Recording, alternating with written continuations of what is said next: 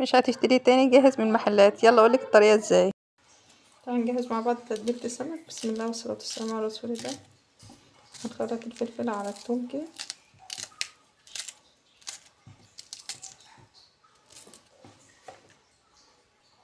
خمس فصوص ثوم وقرنين فلفل وعليهم عود كزبره صغير مقطعينه، عليهم شويه كمون على شويه ملح،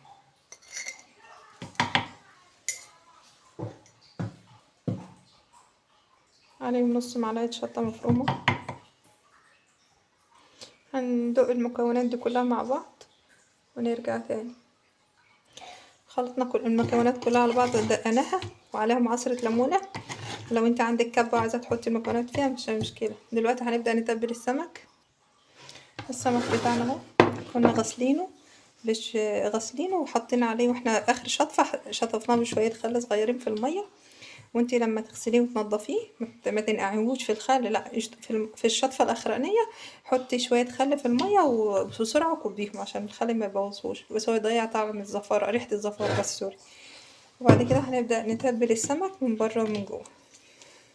زي ما انتوا شايفين كده هنحشوه كله كده كده، ونتبل السمك بالطريقه دي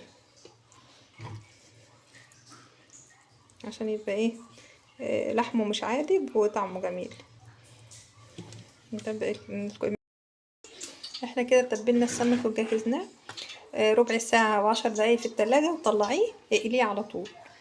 ما تسيبوش كتير في التلاجة عشان اللحمة ما يسمرش وما يبقاش حادق قوي. ربع ساعة، ربع ساعة صغيرة ولا 10 دقايق بس، ونطلعه نقلوه. يلا بينا. نص ساعة السمك اهو، وجهزنا الدقيق بتاعنا. هنعمله في الدقيق وننزله في الزيت، وكنا سخنا طاسة سخنة فيها زيت. وعشان ما يبقاش الزيت يسمر بسرعة معاكي، ضيفي رشة كركم على الدقيق. لو انت حابة، مش حابة ممكن توطي النار عادي، في اول النار تكون عالية، بعد كده توطيها عادي.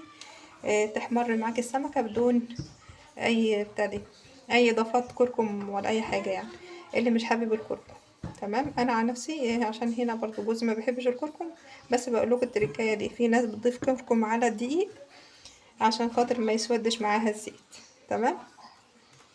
وكده بعد ما حمرناه بدون اي اضافات ولا كركم ولا غيره، بس ظبطنا النار بس زي ما قلت لكم، طلع معانا ما شاء الله بيقرمش من بره وطري من جوه ما شاء الله عليه. طريقته سهله وبسيطه وما فيش اي حاجه. جربيه وقولي لي رايك ايه، ويا ريت تكتبوا لي في الكومنتات الطريقه دي بتعملوها عندكم في البيت ولا لا.